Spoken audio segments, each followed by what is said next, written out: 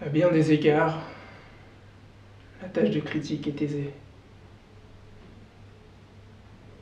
Nous ne risquons pas grand-chose, et pourtant, nous jouissons d'une position de supériorité par rapport à ceux qui se soumettent, avec leur travail, à notre jugement. Nous nous épanouissons dans la critique négative, plaisante à écrire et à lire. Mais la mère vérité, qu'il nous faut bien regarder en face, c'est que dans le grand ordre des choses, le mais le plus médiocre a sans doute plus de valeur que la critique qui le dénonce comme tel.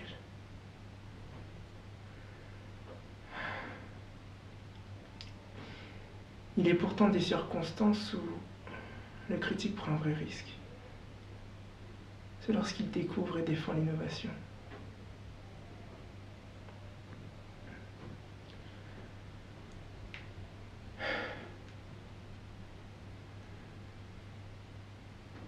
Le monde est parfois malveillant à l'encontre des nouveaux talents et de la création. Le nouveau a besoin d'amis. Hier soir, j'ai vécu une expérience inédite. J'ai dégusté un plat extraordinaire, d'une origine singulière si l'on est. Avancer que ce plat et son créateur aient radicalement changé l'idée que je me faisais de la grande cuisine, serait peu dire. Ils m'ont bouleversé au plus profond de mon être.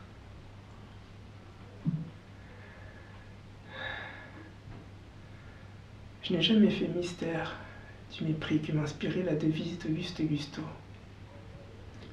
Tout le monde peut cuisiner. Mais ce n'est qu'aujourd'hui. Aujourd'hui seulement, où je comprends vraiment ce qu'il voulait dire. Tout le monde ne peut pas devenir un grand artiste. Mais un grand artiste peut surgir de n'importe où.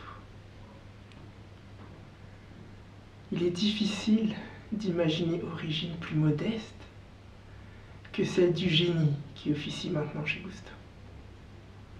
Et qui est à nos yeux rien de moins que le plus grand cuisinier de France. Je retournerai bientôt chez Gusteau, plus affamé que jamais.